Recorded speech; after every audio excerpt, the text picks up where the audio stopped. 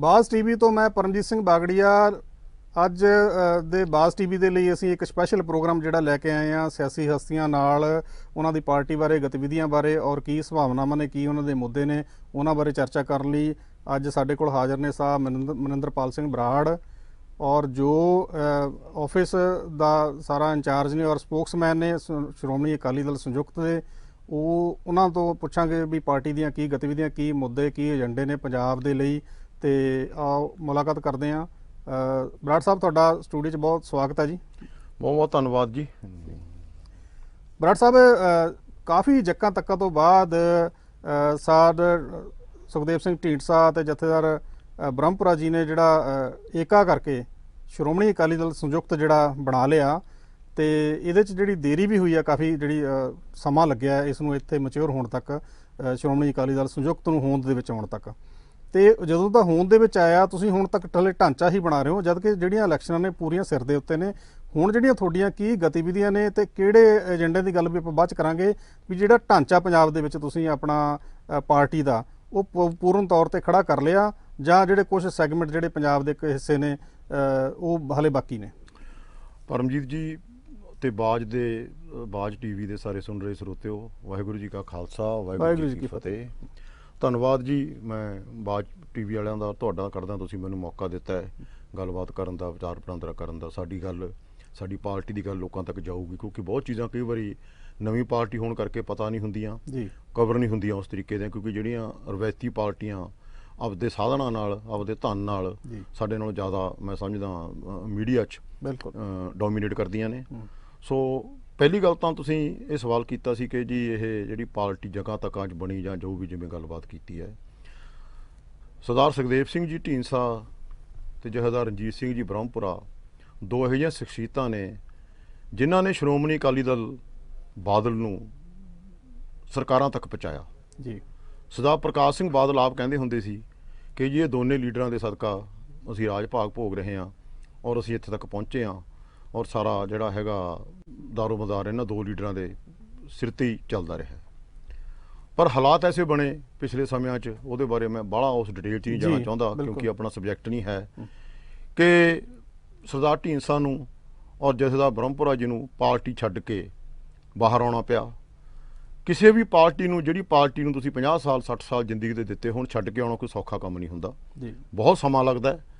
ਆਪਾਂ ਕੋਈ ਫੈਸਲਾ ਘਰ ਕਿਰਾਏ ਤੇ ਲੈਣ ਦੇ ਕਰਨਾ ਹੋਵੇ, ਆਪਾਂ ਸੋਚਦੇ ਇੱਥੇ ਸੌਖੇ ਬੈਠੇ ਹਾਂ, ਕਿੱਥੇ ਸਮਾਨ ਬਦਲਾਂਗੇ, ਕਿਵੇਂ ਕਰਾਂਗੇ, ਆਪਾਂ ਬੈਠੇ ਰਹੀਏ। ਦੋਨੇ ਲੀਡਰ ਸਾਹਿਬਾਨ ਨੇ ਬਹੁਤ ਕੋਸ਼ਿਸ਼ ਕੀਤੀ, ਨਾਲ ਜਥੇਦਾਰ ਸੇਵਾ ਸਿੰਘ ਸ਼ੇਖਵਾਂ ਵੀ ਸੀ ਇਹਨਾਂ ਦੇ, ਜਿਨ੍ਹਾਂ ਨੇ ਕੋਸ਼ਿਸ਼ ਕੀਤੀ ਵੀ ਜੇ ਕਿਸੇ ਤਰੀਕੇ ਨਾਲ ਵਿਦਨ ਪਾਰਟੀ ਇਸ ਸਿਸਟਮ ਨੂੰ ਠੀਕ ਕਰ ਸਕੀਏ। ਪਰ ਜਦੋਂ ਦਾ ਸਰਦਾਰ ਸੁਖਬੀਰ ਸਿੰਘ ਬਾਦਲ ਪ੍ਰਧਾਨ ਬਣੇ ਪਾਰਟੀ ਦੇ, ਉਹਨਾਂ ਨੇ ਪਾਰਟੀ ਨੂੰ ਵੱਖਰੀਆਂ ਲੀਹਾਂ ਤੇ ਚਲਾਉਣ ਦੀ ਕੋਸ਼ਿਸ਼ ਕੀਤੀ, ਆਪਦੇ ਤਰੀਕੇ ਨਾਲ ਚਲਾਉਣ ਦੀ ਕੋਸ਼ਿਸ਼ ਕੀਤੀ, ਔਰ ਜਿਹਦਾ ਸਿੱਟਾ ਨਿਕਲਿਆ ਕਿ ਦੋਨੇ ਲੀਡਰ ਸਾਹਿਬਾਨ ਨੂੰ ਪਾਰਟੀ ਛੱਡ ਕੇ ਬਾਹਰ ਆਉਣਾ ਪਿਆ। ਬ੍ਰਹਮਪੁਰਾ ਸਾਹਿਬ ਪਹਿਲਾਂ ਆ ਗਏ, ਟਕਸਾਲੀ ਅਕਾਲੀ ਦਲ ਬਣਾਇਆ, ਟਕਸਾਲੀ ਅਕਾਲੀ ਦਲ ਬਣਾ ਕੇ ਚੋਣਾਂ 2019 ਦੀਆਂ ਪਿਛਲੀਆਂ 17 ਵਾਲੀਆਂ ਲੜਨ ਦੀ ਕੋਸ਼ਿਸ਼ ਕੀਤੀ। ਚਲੋ ਜਿਵੇਂ ਵੀ ਹੋਇਆ ਉਹਦੇ ਤੇ ਬਾਅਦ ਡਿਟੇਲ 'ਚ ਨਹੀਂ ਜਾਣਾ। ਉਦੋਂ ਬਾਅਦ ਸਰਦਾਰ ਢੀਂਡਸਾ ਸਾਲ ਚੁੱਪ ਰਹੇ, ਸੋਚਦੇ ਰਹੇ ਕਿ ਸ਼ਾਇਦ ਪਾਰਟੀ ਮੈਨੂੰ ਫੇਰ ਵੀ ਪੁੱਛੂਗੀ ਵੀ ਤੁਸੀਂ ਕਿਉਂ ਨਹੀਂ ਸਾਰੇ ਅਹੁਦੇ ਛੱਡੇ ਨੇ, ਆਓ ਸਾਨੂੰ ਤੁਹਾਡੀ ਲੋੜ ਹੈ ਬਿਲਕੁਲ ਤੇ ਆਪਾਂ ਕੰਮ ਕਰੀਏ। ਬਟ ਉਹ ਕੋਈ ਨਹੀਂ ਆਇਆ, ਕਿਸੇ ਨੇ ਕੋਈ ਗੌਰ ਨਹੀਂ ਕਰੀ, ਤੇ ਅਖੀਰ ਤੇ ਢੀਂਡਸਾ ਸਾਹਿਬ ਨੇ ਦੇਖਿਆ ਕਿ ਇਹ ਤਾਂ ਦਿਨੋਂ ਦਿਨ ਸਗੋਂ ਵੱਧ ਤੋਂ ਬੱਤਰ ਹੁੰਦੀ ਜਾ ਰਹੀ ਹੈ ਜਿਹੜੀ ਪੋਜੀਸ਼ਨ ਪਾਰਟੀ ਦੀ।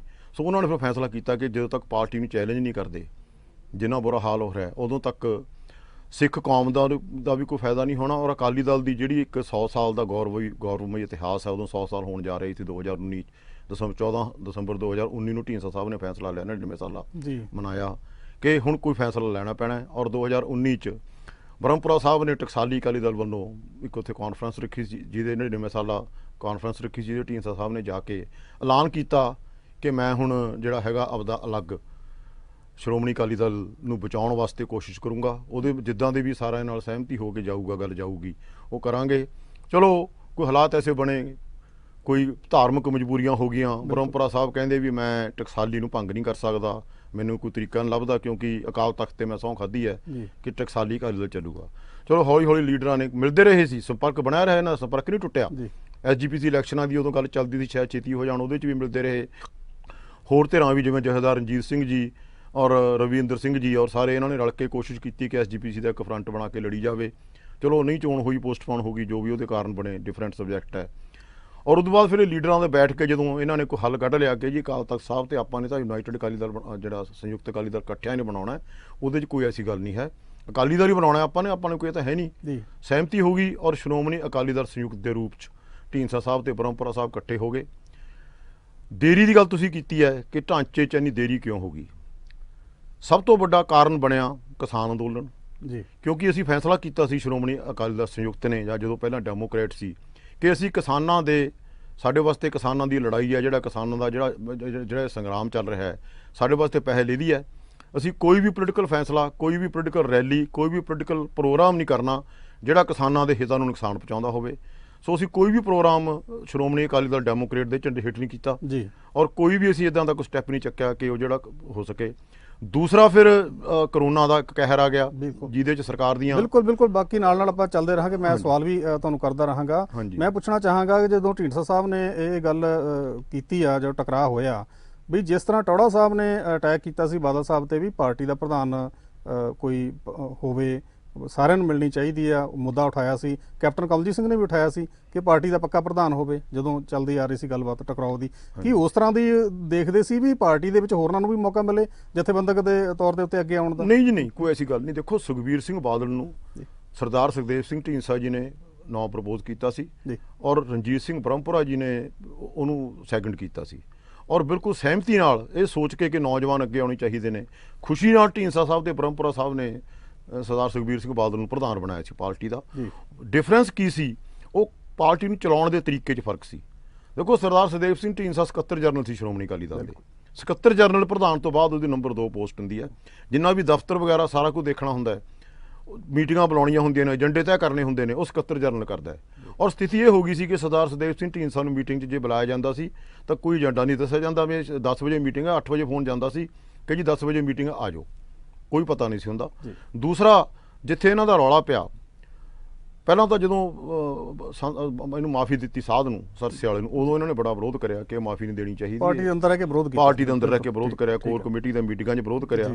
ਫਿਰ ਜਦੋਂ 17 ਦੀ ਚੋਣ ਹਾਰ ਗਏ ਤਾਂ ਢੀਂਡਸਾ ਸਾਹਿਬ ਨੇ ਕਿਹਾ, ਬ੍ਰਹਮਪੁਰਾ ਸਾਹਿਬ ਨੇ ਨਾਲ ਸਾਥ ਦਿੱਤਾ ਕਿ ਜੀ ਹੁਣ ਪ੍ਰਧਾਨ ਨੂੰ ਅਸਤੀਫਾ ਦੇਣਾ ਚਾਹੀਦਾ। ਬਿਲਕੁਲ, ਜੇ ਕ੍ਰੈਡਿਟ ਪ੍ਰਧਾਨ ਨੂੰ ਜਾਂਦਾ ਹੈ ਕਿਸੇ ਵੀ ਜਿੱਤ ਦਾ ਤਾਂ ਹਾਰ ਦਾ ਵੀ। 2012 ਦਾ ਕ੍ਰੈਡਿਟ ਸੁਖਬੀਰ ਸਿੰਘ ਬਾਦਲ ਨੂੰ ਸਾਰੀ ਪਾਰਟੀ ਨੇ ਦਿੱਤਾ, ਠੀਕ ਹੈ ਨਾ, ਕਿ ਉਹਦੀ ਮੈਨੇਜਮੈਂਟ, ਉਹਦੀ ਪ੍ਰਧਾਨਗੀ 'ਚ ਜਿਹੜੀ ਹੈਗੀ ਸਰਕਾਰ ਬਣੀ। ਤਾਂ ਇਹਨਾਂ ਲੀਡਰਾਂ ਨੇ ਸੁਝਾਅ ਦਿੱਤਾ ਕਿ ਜੀ ਇਹ ਜਿਹੜਾ ਹੁਣ ਪ੍ਰਧਾਨ ਨੂੰ ਅਸਤੀਫਾ ਦੇਣਾ ਚਾਹੀਦਾ ਔਰ ਰੈਟਰੋਸਪੈਕਟ ਕਰਨਾ ਚਾਹੀਦਾ ਵੀ ਕਿਉਂ ਆਪਾਂ ਚੋਣ ਹਾਰੇ ਹਾਂ, ਉਹਦੇ ਕਾਰਨਾਂ ਤੇ ਜਾ ਕੇ ਫਿਰ ਉਸ ਤਰੀਕੇ ਨਾਲ ਸੁਧਾਰ ਕਰਨੇ ਚਾਹੀਦੇ ਨੇ, ਜਿਹਦਾ ਸਰਦਾਰ ਸੁਖਬੀਰ ਸਿੰਘ ਨੇ ਗੁੱਸਾ ਮੰਨਿਆ। ਗੁੱਸਾ ਮੰਨ ਕੇ ਮੀਟਿੰਗ ਵਾਕਆਊਟ ਕਰਕੇ ਜਾਣ ਲੱਗਿਆ, ਚਲੋ ਦੂਸਰੇ ਬੰਦੇ ਲੈ ਆਏ। ਮਤਲਬ ਦਿਨੋਂ ਦਿਨ ਐਸਾ ਮਾਹੌਲ ਪੈਦਾ ਹੋ ਗਿਆ ਕਿ ਸਾਹ ਘੁੱਟਣ ਲੱਗ ਗਿਆ ਲੀਡਰਾਂ ਦਾ, ਜਿਹਦੇ ਕਰਕੇ ਪਾਰਟੀ ਛੱਡਣੀ ਪਈ। ਕੋਈ ਇਹੋ ਜਿਹਾ ਕਾਰਨ ਨਹੀਂ ਸੀ ਵੀ ਕੋਈ ਉਹ। ਬਿਲਕੁਲ ਜੀ, ਚਲੋ ਠੀਕ ਹੈ, ਪਾਰਟੀ ਛੱਡਤੀ। ਹੁਣ ਤੁਸੀਂ ਜਿਹੜਾ ਢਾਂਚਾ ਵੀ ਆਪਣਾ ਬਣਾ ਲਿਆ। ਇੱਕ ਜਿਹੜਾ ਤੁਸੀਂ ਬੀਤੇ ਦਿਨਾਂ 'ਚ ਅਨਾਉਂਸ ਕੀਤਾ ਕਿ ਸਾਡਾ ਜਿਹੜਾ ਕੁਝ ਛੋਟੇ ਗਰੁੱਪ ਨੇ ਜੋ ਪੋਲੀਟੀਕਲ ਹੋਂਦ ਚਾਹੇ ਉਹਨਾਂ ਦੀ ਪੰਜਾਬ ਦੇ ਵਿੱਚ ਘੱਟ ਆ, ਪਰ ਤੁਸੀਂ ਉਹਨਾਂ ਨਾਲ ਤਾਲਮੇਲ ਰੱਖਿਆ ਕਿਉਂਕਿ ਢੀਂਡਸਾ ਸਾਹਿਬ ਨੈਸ਼ਨਲ ਲੈਵਲ ਦੇ ਲੀਡਰ ਨੇ, ਉਹਨਾਂ ਦੀ ਉੱਥੇ ਪਾਰਟੀ ਨਾਲ ਸਾਰਿਆਂ ਨਾਲ ਜਿਹੜਾ ਤਾਲਮੇਲ ਹੈਗਾ। ਜਿਹੜਾ ਤੁਸੀਂ ਹੁਣ ਇੱਕ ਗੱਠਜੋੜ ਜਿਹੜਾ ਤਿਆਰ ਕੀਤਾ ਆਉਣ ਵਾਲੀਆਂ ਚੋਣਾਂ ਲੜਨ ਦੇ ਲਈ, ਵੱਖ-ਵੱਖ ਜਿਹੜੀਆਂ ਧਿਰਾਂ ਨੇ, ਤੁਸੀਂ ਦੱਸਿਆ ਵੀ ਜਨਤਾ ਦਲ ਵੀ ਆ, ਉਹ 'ਚ ਸ਼੍ਰੋਮਣੀ ਅਕਾਲੀ ਦਲ ਕਿਰਤੀ ਵੀ ਆ, ਜਨਤਾ ਦਲ ਸੈਕੂਲਰ ਵੀ ਆ, ਯੂਨਾਈਟਿਡ ਵੀ ਆ, ਔਰ ਆਜ਼ਾਦ ਪਾਰਟੀ ਜਾਂ ਭੀਮਾ ਜਿਹੜੀ ਆਰਮੀ ਆ ਉਹ ਵੀ ਹੈਗੀ ਆ। ਵੀ ਇਹ ਤੁਹਾਨੂੰ ਕੋਈ ਸਿਆਸੀ ਤੌਰ ਤੇ ਲਾਹੇਵੰਦ ਤੁਹਾਨੂੰ ਲੱਗਦਾ ਵੀ ਤੁਹਾਡਾ ਜਿਹੜਾ ਸਮਝੌਤਾ ਇਹਨਾਂ ਨਾਲ ਜਾਂ ਗੱਠਜੋੜ ਹੈ, ਇਹ ਕੋਈ ਲਾਹੇਵੰਦ ਹੋ ਸਕੇਗਾ, ਸਿੱਧ ਹੋ ਸਕੇਗਾ ਪੰਜਾਬ ਦੇ ਵਿੱਚ? ਦੇਖੋ, ਸ਼੍ਰੋਮਣੀ ਅਕਾਲੀ ਦਲ ਸੰਯੁਕਤ ਦਾ ਤੇ ਉਹਨਾਂ ਦੇ ਲੀਡਰਾਂ ਦਾ ਇਹ ਮੰਨਣਾ ਹੈ ਕਿ ਲੋਕ ਚਾਹੁੰਦੇ ਨੇ ਕਿ ਤੀਜਾ ਬਦਲ ਦੀ ਸ਼ੇਪ 'ਚ ਸਰਕਾਰ ਆਵੇ। ਜੋ ਇੱਕ ਰਵਾਇਤੀ ਪਾਰਟੀਆਂ ਕਰ ਰਹੀਆਂ ਨੇ, ਜੋ ਮਾਹੌਲ ਬਣਿਆ ਹੋਇਆ ਹੈ, ਝੂਠ ਤੂਫਾਨ ਦਾ ਮਾਹੌਲ ਬਣਿਆ, ਤੁਸੀਂ ਦੇਖ ਹੀ ਰਹੇ ਹੋ ਸਾਰਾ ਕੀ ਮਾਹੌਲ ਹੈ, ਇੱਕ ਦੂਜੇ ਨੂੰ ਗਾਲੀ ਗਲੋਚ ਦਾ ਮਾਹੌਲ ਬਣਿਆ ਹੋਇਆ ਹੈ। ਅੱਜ ਕੀ ਹਾਲਾਤ ਬਣੇ ਪਏ ਨੇ, ਇੱਕ ਕਾਂਗਰਸ ਦਾ ਪ੍ਰਧਾਨ ਸਟੇਟ ਦਾ, ਐਡੀ ਵੱਡੀ ਪਾਰਟੀ ਦਾ, ਕਿਸ ਤਰੀਕੇ ਨਾਲ ਉਹ ਆਪਦੇ ਲੈਕਚਰ ਕਰਦਾ, ਕਿੱਦਾਂ ਦੀ ਸ਼ਬਦਾਵਲੀ ਵਰਤਦਾ, ਕਿੱਦਾਂ ਬਿਕਰਮ ਸਿੰਘ ਮਜੀਠੀਆ ਸ਼ਬਦਾਵਲੀ ਵਰਤਦਾ, ਸੁਖਬੀਰ ਸਿੰਘ ਬਾਦਲ ਵਰਤਦਾ। ਸੋ ਲੋਕ ਇਹਨਾਂ ਗੱਲਾਂ ਨੂੰ ਸੁਣ ਕੇ ਖੁਸ਼ ਨਹੀਂ ਹੋਣ। ਲੋਕ ਚਾਹੁੰਦੇ ਨੇ ਸਾਨੂੰ ਕੀ ਦਿੰਦੇ ਹੋ, ਸਾਡੇ ਵਾਸਤੇ ਕੀ ਕਰਦੇ ਹੋ। ਅਸੀਂ ਇੱਕ ਥਰਡ ਫਰੰਟ ਬਣਾਉਣ ਦਾ ਮਾਹੌਲ ਬਣਾਇਆ। ਇਹਦੇ 'ਚ ਪਾਰਟੀ ਵੱਡੀ ਛੋਟੀ ਕੋਈ ਨਹੀਂ ਹੁੰਦੀ, ਪਾਰਟੀਆਂ ਛੋਟੀਆਂ ਤੋਂ ਵੱਡੀਆਂ ਬਣਦੀਆਂ ਨੇ। ਬਿਲਕੁਲ, ਆਮ ਆਦਮੀ ਪਾਰਟੀ ਕੀ ਸੀ ਜੇ ਆਪਾਂ ਐਗਜ਼ਾਮਪਲ ਲਈਏ, ਅੱਜ ਆਮ ਆਦਮੀ ਪਾਰਟੀ ਦੀ ਇੱਕ ਪੰਜਾਬ 'ਚ ਨੰਬਰ 2 ਜਿਹੜੀ ਆਪੋਜੀਸ਼ਨ ਪਾਰਟੀ ਹੈ। ਸੋ ਉਹਦੇ 'ਚ ਭੀਮ ਆਰਮੀ ਦੀ ਮੈਂ ਗੱਲ ਕਰਦਾ, ਭੀਮ ਸੈਨਾ, ਭੀਮ ਆਰਮੀ ਕਹਿ ਲਓ, ਜਾਂ ਇਹਨਾਂ ਦਾ ਜਿਹੜਾ ਪੋਲੀਟੀਕਲ ਪਲੇਟਫਾਰਮ ਹੈ, ਆਜ਼ਾਦ ਸਮਾਜ ਪਾਰਟੀ ਬਣਾਈ ਹੈ ਇਹਨਾਂ ਨੇ। ਚੰਦਰ ਸ਼ੇਖਰ ਆਜ਼ਾਦ ਐਡਵੋਕੇਟ ਹੈ ਯੂਪੀ ਤੋਂ। ਇੱਕ ਮਿੰਟ, ਮੈਂ ਯੂਪੀ ਵਾਲੀ ਗੱਲ ਕਰਨ ਲੱਗਿਆ, ਪੰਜਾਬ ਤੋਂ ਹਟ ਕੇ ਦੱਸਣੀ ਜ਼ਰੂਰੀ ਹੈ। ਉਹਨੇ ਭੀਮ ਸੈਨਾ ਬਣਾਈ 2006 ਚ ਜੀ ਭੀਮ ਆਰਮੀ ਬਣਾ ਕੇ ਉਹਨੇ ਜਿੰਨੇ ਵੀ ਦਲਿਤਾਂ ਨਾਲ ਅਤਿਆਚਾਰ ਹੁੰਦੇ ਸੀ ਯੂਪੀ 'ਚ, ਜਿਹੜੇ ਵਿਚਾਰੇ ਗਰੀਬ ਦਬਲੇ ਕੁਚਲੇ ਘਰਾਂ 'ਚ ਬੈਠ ਜਾਂਦੇ ਸੀ, ਨਿਕਲ ਨਹੀਂ ਸਕਦੇ ਵੀ ਸਾਡੀ ਗਰੀਬ ਦੀ ਕਿਹਨੇ ਸੁਣਨੀ ਹੈ, ਬਿਲਕੁਲ ਇਹਨੇ 400-500 FIR ਲੌਜ ਕਰਾ ਕੇ ਉਹਨਾਂ ਬੰਦੇ ਮੋਟਰਸਾਈਕਲਾਂ ਸਕੂਟਰਾਂ ਸਾਈਕਲਾਂ ਤੇ ਜਾ ਕੇ ਉਹਨਾਂ ਘਰਾਂ 'ਚ ਜਾ ਕੇ ਜਿੱਥੇ ਸਕੂਟਰ ਮੋਟਰਸਾਈਕਲ ਵੀ ਨਹੀਂ ਸੀ ਜਾਂਦੇ, ਸਾਈਕਲਾਂ ਤੇ ਜਾ ਕੇ ਪੈਦਲ ਜਾ ਕੇ ਇਹਨੇ ਉਹ FIR ਲੌਜ ਕਰਾ ਕੇ ਉਹਨਾਂ ਬੰਦਿਆਂ ਨੂੰ ਇਹਨੇ ਜਿਹੜੇ ਅਰੈਸਟ ਕਰਵਾਏ ਔਰ ਉਹਨਾਂ ਨੂੰ ਸਜ਼ਾਵਾਂ ਦਿਵਾਉਣ ਦੀ ਕੋਸ਼ਿਸ਼ ਕੀਤੀ, ਜਿਹਦੇ ਕਰਕੇ ਅੱਜ ਦਲਿਤ ਨੌਜਵਾਨਾਂ ਦੀ ਖਾਸ ਤੌਰ ਤੇ ਜਿਹੜਾ ਇੱਕ ਯੂਥ ਆਈਕਨ ਬਣਿਆ ਹੋਇਆ ਹੈ ਐਡਵੋਕੇਟ ਚੰਦਰ ਸ਼ੇਖਰ ਆਜ਼ਾਦ ਜੀ, ਔਰ ਉਹਦਾ ਹੁਣ ਪੰਜਾਬ 'ਚ ਵੀ ਯੂਨਿਟ ਬਣੀ ਹੈ। ਪੰਜਾਬ 'ਚ ਉਹਨਾਂ ਦਾ ਬੜਾ ਆਭਾਰ ਹੈ, ਖਾਸ ਤੌਰ ਤੇ ਦੁਆਬੇ ਏਰੀਏ 'ਚ ਜੀ। ਇਹ ਪਾਰਟੀ ਨਾਲ ਸਾਡਾ ਮਕਸਦ ਕੀ ਹੈ ਕਿ ਅੱਜ ਬਹੁਜਨ ਸਮਾਜ ਪਾਰਟੀ ਆਪਦੀਆਂ ਲੀਹਾਂ ਤੋਂ ਉਖੜ ਚੁੱਕੀ ਹੈ, ਜਿਵੇਂ ਸ਼੍ਰੋਮਣੀ ਅਕਾਲੀ ਦਲ ਬਾਦਲ ਉਖੜ ਚੁੱਕਿਆ ਹੈ, ਔਰ ਅੱਜ ਜਿੰਨਾ ਵੀ ਜਿਹੜਾ ਦਲਿਤ ਯੂਥ ਹੈ ਖਾਸ ਤੌਰ ਤੇ ਉਹ ਇੱਕ ਨਵਾਂ ਬਦਲ ਦੇਖਣਾ ਚਾਹੁੰਦਾ BSP 'ਚ, ਔਰ ਇਹ ਪਾਰਟੀ ਹੁਣ BSP ਦਾ ਇੱਕ ਬਦਲ ਬਣਨ ਜਾ ਰਹੀ ਹੈ ਹਿੰਦੁਸਤਾਨ ਲੈਵਲ ਤੇ ਵੀ ਔਰ ਪੰਜਾਬ ਲੈਵਲ ਤੇ ਵੀ। ਇਹਨਾਂ ਨੇ ਯੂਪੀ ਚੋਣਾਂ ਲੜੀਆਂ, ਬਲਾਕ ਸੰਮਤੀ, ਜ਼ਿਲ੍ਹਾ ਪ੍ਰੀਸ਼ਦ ਔਰ ਪੰਚਾਇਤਾਂ ਦੀਆਂ 450 ਇਹਨਾਂ ਦਾ ਮੈਂਬਰ ਆਜ਼ਾਦ ਸਮਾਜ ਪਾਰਟੀ ਦਾ, ਜਿਹੜੀ ਕਿ 2020 ਚ ਬਣੀ ਹੈ, ਮਾਰਚ 2020 ਜਦੋਂ ਕਾਂਸੀ ਰਾਮ ਦਾ ਜਨਮ ਦਿਨ ਹੁੰਦਾ ਹੈ। 450 ਇਹਨਾਂ ਨੇ ਆਪਦੇ ਬੰਦੇ ਜਿਤਾਏ, ਔਰ ਇਹ ਉਹ ਹੁਣ ਦੇਖ ਰਹੇ ਨੇ ਵੀ ਜੇ ਅਖਿਲ ਯਾਦਵ ਨਾਲ ਸਮਝੌਤਾ ਹੋ ਜਾਂਦਾ, ਆਪੋਜੀਸ਼ਨ ਪਾਰਟੀਆਂ ਨਾਲ ਸਮਝੌਤਾ ਹੋ ਜਾਂਦਾ ਹੈ, ਸਰਕਾਰ ਦਾ ਹਿੱਸਾ ਬਣ ਸਕਦੀ ਹੈ। ਠੀਕ ਹੈ। ਇੱਥੇ ਭੀਮ ਆਰਮੀ ਨੇ, ਭੀਮ ਪਾਰਟੀ ਨੇ ਇੱਕ ਪਰਸੋਂ ਕੀਤਾ ਮੋਤੀ ਮਹਿਲ ਦਾ ਘਰਾਓ ਪਟਿਆਲੇ CM ਹਾਊਸ ਦਾ 4-5 ਹਜ਼ਾਰ ਬੰਦੇ ਦਾ ਇਕੱਠ ਸੀ ਜੀ। ਅਸੀਂ ਵੀ ਉਹਦੇ ਨਾਲ ਸਾਂਝੇ ਮੋਰਚੇ ਵੱਲੋਂ ਉਹਦੇ ਥਰਡ ਫਰੰਟ ਵੱਲੋਂ ਸ਼ਾਮਲ ਹੋਏ, ਔਰ ਉਹਦੇ 'ਚ ਤਕਰੀਬਨ 80% ਯੂਥ ਤੇ ਔਰਤਾਂ ਤੇ ਲੜਕੀਆਂ ਸੀ ਜੀ। ਸੋ ਇਸ ਕਰਕੇ ਹਾਂਜੀ, ਚਲੋ ਠੀਕ ਆ, ਤੁਹਾਡਾ ਇਹ ਤੁਸੀਂ ਇੱਕ ਗੱਠਜੋੜ ਤੈਅ ਕਰ ਲਿਆ। ਹਾਂਜੀ। ਤੇ ਪਰ ਇਹ ਤੁਸੀਂ ਦੱਸੋ ਵੀ ਜਿਹੜੇ ਹੋਰ ਜਿਹੜੇ ਧਿਰਾਂ ਨੇ, ਸ਼੍ਰੋਮਣੀ ਅਕਾਲੀ ਦਲ ਪੰਥਕ, ਅਜੇ ਪਹਿਲਾਂ ਵੀ ਗੱਲ ਹੋ ਚੁੱਕੀ ਆ ਨਾ, ਤੇ ਔਰ ਸ਼੍ਰੋਮਣੀ ਅਕਾਲੀ ਦਲ ਅੰਮ੍ਰਿਤਸਰ ਆ, ਹੋਰ ਜਿਹੜੇ ਮਕਸਦ ਤਾਂ ਉਹਨਾਂ ਦਾ ਵੀ ਇਹੀ ਆ ਵੀ ਬਾਦਲਾਂ ਨੂੰ ਜਿਹੜਾ ਜੋ ਕਾਬਜ ਨੇ ਸ਼੍ਰੋਮਣੀ ਕਮੇਟੀ ਦੇ ਵੀ, ਜੋ ਸਿੱਖ ਸਿਧਾਂਤਾਂ ਦਾ ਵੀ ਘਾਣ ਕਰਦੇ ਨੇ, ਜਿਵੇਂ ਤੁਹਾਡਾ ਏਜੰਡਾ ਇਹੀ ਆ ਵੀ ਕਿਉਂ ਨਹੀਂ ਇਕੱਠੇ ਹੋ ਕੇ ਇੱਕ ਲੜਾਈ ਲੜ ਲੈਂਦੀ। ਇਹ ਕੋਈ ਕਵਾਇਦ ਹੈਗੀ ਕਿ ਪੰਜਾਬ ਦੀਆਂ ਸਾਰੀਆਂ ਧਿਰਾਂ ਨੂੰ ਜਿਹੜੀਆਂ ਐਂਟੀ ਬਾਦਲ ਨੇ ਕਹੀਆਂ ਜਾ ਸਕਦੀਆਂ ਨੇ ਜਾਂ ਉਹਨਾਂ ਨੂੰ ਨਹੀਂ ਪਸੰਦ ਕਰਦੀਆਂ, ਉਹਨਾਂ ਤੋਂ ਵੱਖਰਾ ਕੋਈ ਨਿਜ਼ਾਮ ਜਿਹੜਾ ਦੇਣਾ ਚਾਹੁੰਦੀਆਂ ਨੇ ਸਿਸਟਮ ਪੰਜਾਬ ਦੇ ਲੋਕਾਂ ਨੂੰ ਤੇ ਸਿੱਖ ਸੰਗਤ ਨੂੰ ਤੇ ਸਿੱਖ ਸਿਆਸਤ ਨੂੰ ਨਵੇਂ ਆਯਾਮ ਦੇਣਾ ਚਾਹੁੰਦੇ ਨੇ, ਉਹ ਕਿਉਂ ਨਹੀਂ ਇੱਦਾਂ ਇਕੱਠੇ ਹੋ ਸਕਦੇ? ਤਾਂ ਦੇਖੋ ਜੀ, 3 ਪਾਰਟੀਆਂ ਕਾਂਗਰਸ, ਅਕਾਲੀ ਦਲ ਬਾਦਲ ਤੇ BJP ਜੀ, 3 ਪਾਰਟੀਆਂ ਨੂੰ ਛੱਡ ਕੇ ਸਾਡਾ ਕਿਸੇ ਵੀ ਜਿਹੜੇ ਪੰਜਾਬ ਦੇ ਹਿੱਤਾਂ 'ਚ ਲੜਾਈ ਲੜਨਾ ਚਾਹੁੰਦੇ ਇਹਨਾਂ ਨਾਲ ਸਮਝੌਤਾ ਹੋ ਸਕਦਾ ਨਹੀਂ। ਪਹਿਲ ਕੋਈ ਹੋਈ, ਔਰ ਉਹਦੇ 'ਚ ਗੱਲਾਂ ਚੱਲ ਰਹੀਆਂ ਨੇ, ਕਈ ਪਾਰਟੀਆਂ ਨਾਲ ਗੱਲਾਂ ਚੱਲ ਰਹੀਆਂ ਨੇ। ਉਹਦੇ ਜਿਹੜੀਆਂ ਤੁਸੀਂ ਪਾਰਟੀਆਂ ਦਾ ਨਾਂ ਲਏ ਨੇ ਉਹ ਵੀ ਹੋ ਸਕਦੀਆਂ ਨੇ, ਹੋਰ ਵੀ ਕੋਈ ਨੈਸ਼ਨਲ ਲੈਵਲ ਦੀਆਂ ਪਾਰਟੀਆਂ ਵੀ ਹੋ ਸਕਦੀਆਂ ਨੇ। ਠੀਕ ਹੈ। ਕਿ ਜਿਹਦੇ ਨਾਲ ਜਿਹੜੇ ਵੀ ਪੰਜਾਬ ਦੇ ਹਿਤੈਸ਼ੀ ਨੇ ਕਿਸੇ ਵੀ ਰੂਪ 'ਚ ਉਹ ਪੰਜਾਬ ਦੀ ਸੇਵਾ ਕਰਨਾ ਚਾਹੁੰਦੇ ਨੇ, ਪੰਜਾਬ ਦੇ ਨਿਜ਼ਾਮ ਨੂੰ ਬਦਲਣ 'ਚ ਹਿੱਸਾ ਬਣਨਾ ਚਾਹੁੰਦੇ ਨੇ, ਸਾਡਾ ਸਵਾਗਤ ਹੈ। ਅਸੀਂ ਉਹਨਾਂ ਨਾਲ ਗੱਲਾਂ ਤੋਰੀਆਂ ਹੋਈਆਂ ਵੀ ਨੇ, ਹੋ ਵੀ ਰਹੀਆਂ ਨੇ, ਹੋਰ ਵੀ ਹੋ ਜਾਣਗੀਆਂ, ਕਿਉਂਕਿ ਇਹ ਜਿਹੜੀ ਡਿਵੈਲਪਮੈਂਟ ਸਾਰੀ ਆਉਣ ਵਾਲੇ ਦਿਨਾਂ 'ਚ ਹੀ ਹੋਣੀ ਹੈ। ਤੇ ਢੀਂਡਸਾ ਸਾਹਿਬ ਬੜੇ ਕਦਾਵਰ ਜਿਹੜੇ ਲੀਡਰ ਨੇ ਮਾਲਵੇ ਦੇ, ਨਹੀਂ ਮੈਂ ਕਹਾਂਗਾ ਪੂਰੇ ਪੰਜਾਬ ਦੇ ਵਿੱਚ ਬਹੁਤ ਵੱਡਾ ਉਹਨਾਂ ਦਾ ਸਿਆਸੀ ਤੌਰ ਦੇ ਉੱਤੇ ਰੁਤਬਾ ਤੇ ਕੱਦ ਰਿਹਾ, ਔਰ ਮਾਲਵੇ ਦੇ ਵਿੱਚ ਮੈਨੂੰ ਜਿੱਥੋਂ ਤੱਕ ਯਾਦ ਆ ਕਿ ਬਾਦਲ ਸਾਹਿਬ ਤੋਂ ਟਿਕਟਾਂ ਲੈਣ ਲਈ ਇੱਕ ਲਿਸਟ ਜਿਹੜੀ ਜਾਰੀ ਹੁੰਦੀ ਸੀ, ਔਰ 20 ਤੋਂ 21 ਟਿਕਟਾਂ ਜਿਹੜੀਆਂ ਨੇ ਇਹਨਾਂ ਦੇ ਖਾਤੇ ਵਿੱਚ ਆਉਂਦੀਆਂ ਸੀ MLA ਦੀਆਂ, ਵਿਧਾਨ ਸਭਾ ਦੀਆਂ। ਕੀ ਕਾਰਨ ਆ ਕਿ ਉਹ ਜਿਹੜੇ ਤੁਹਾਡੇ ਪੱਕੇ ਜਿਹੜੇ ਸੀਗੇ ਸਮਰਥਕ ਢੀਂਡਸਾ ਸਾਹਿਬ ਦੇ, ਉਹ ਬੰਦੇ ਨਹੀਂ ਖਿੱਚੇ ਗਏ ਤੁਹਾਡੇ ਵੱਲ, ਉਹ ਬਾਹਰ ਨਹੀਂ ਆਏ ਅਕਾਲੀ ਦਲ ਚੋਂ? ਦੇਖੋ ਗੱਲ ਇਹ ਹੈ ਜੀ, ਅਸੀਂ ਨਾ ਤਾਂ ਸਰਕਾਰ ਬਣਾਉਣ ਦਾ ਕੋਈ ਟੀਚਾ ਲੈ ਕੇ ਜਿਹੜਾ ਹੈਗਾ ਪਾਰਟੀ ਬਣਾਈ ਹੈ, ਨਾ ਸਾਡਾ ਕੋਈ ਹੋਰ ਨਿਸ਼ਾਨਾ। ਸਾਡਾ ਨਿਸ਼ਾਨਾ ਹੈ ਸ਼੍ਰੋਮਣੀ ਅਕਾਲੀ ਦਲ ਦੇ ਅੰਦਰਲੇ ਸਿਸਟਮ ਨੂੰ ਠੀਕ ਕਰਨਾ, ਡੈਮੋਕ੍ਰੇਸੀ ਨੂੰ ਬਹਾਲ ਕਰਨਾ। ਜੋ 100 ਸਾਲ ਪਹਿਲਾਂ ਸ਼੍ਰੋਮਣੀ ਅਕਾਲੀ ਦਲ ਦਾ ਮਾਣਮੱਤਾ ਇਤਿਹਾਸ ਸੀ, ਉਹਦੇ ਮੁਤਾਬਕ ਪਾਰਟੀ ਨੂੰ ਉਹਨਾਂ ਲੀਹਾਂ ਤੇ ਲਿਆਉਣਾ। ਦੂਸਰਾ, ਸ਼੍ਰੋਮਣੀ ਗੁਰਦੁਆਰਾ ਪ੍ਰਬੰਧਕ ਕਮੇਟੀ ਦਾ ਜੋ ਪ੍ਰਬੰਧ ਹੈ, ਜੋ ਇੱਕ ਅਸੀਂ ਆਏ ਸਮਝਦੇ ਹਾਂ ਅੱਜ ਦੇ ਅਜੋਕੇ ਮਹੰਤ ਨੇ ਜਿਹੜੇ ਇਹਨੂੰ ਚਲਾ ਰਹੇ ਨੇ, ਬਾਦਲਾਂ ਦੀ ਜਿਹੜੀ ਬਾਦਲ ਕੰਟਰੋਲਡ SGPC ਕਹੋ ਇਹਨੂੰ ਆਪਾਂ, ਲਿਫਾਫੇ 'ਚੋਂ ਪ੍ਰਧਾਨ ਕੱਢਦੇ ਨੇ, ਭਾਵੇਂ ਉਹ ਗੋਬਿੰਦ ਸਿੰਘ ਲੌਂਗੋਵਾਲ ਹੋਵੇ, ਭਾਵੇਂ ਬੀਬੀ ਜਗੀਰ ਕੌਰ ਹੋਵੇ, ਭਾਵੇਂ ਕੋਈ ਹੋਰ ਹੋਵੇ, ਇੱਕ ਦਿਨ ਪਹਿਲਾਂ ਪ੍ਰਧਾਨ ਨਿਕਲਦੇ ਨੇ।